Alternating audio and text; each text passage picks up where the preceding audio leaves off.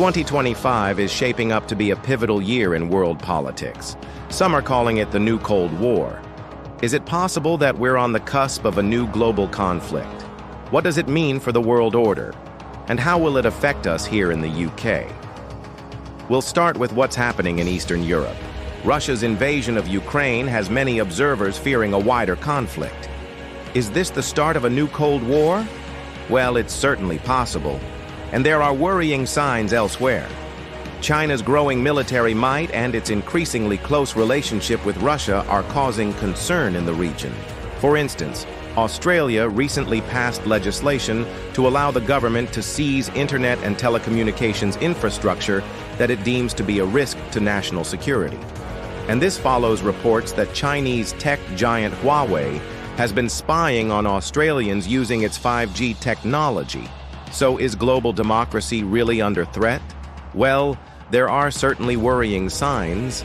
Last year, the number of countries that are considered to be fully democratic fell to its lowest level since 1995, and this decline shows no signs of slowing down.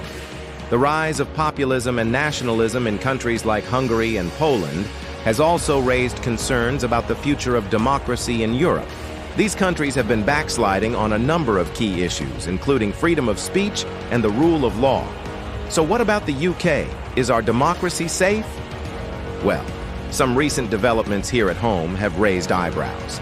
The government's proposed legislation to crack down on protests has been criticized by human rights groups, and the government's plan to send asylum seekers to Rwanda is also controversial. Some see these moves as an attack on democracy and a warning sign that the UK could be heading in the wrong direction. What about the rest of the world? Well, the outlook is equally bleak. In the US, the country's political system seems increasingly divided and dysfunctional. The January 6 riots were a stark reminder of the fragility of American democracy. And the country's polarized political climate shows no signs of cooling down. In Latin America, meanwhile, populism and corruption are on the rise. This has led to a number of countries experiencing political instability and violence. And in Africa, the situation is dire.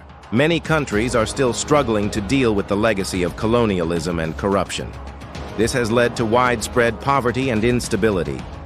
So, is there anything that can be done to prevent a new Cold War? Well, some experts believe that engagement is the best way forward. We need to find ways to work with countries like Russia and China to find common ground and build relationships. This is essential if we're going to prevent a new Cold War. In conclusion, the geopolitical landscape is looking increasingly bleak. But it's not beyond repair. We need to find ways to work together and find common ground if we're going to prevent a new Cold War. The future of our world depends on it. Now, I don't normally ask you to do this, but please do support us. It helps others to find the content. And until next time, thanks for watching.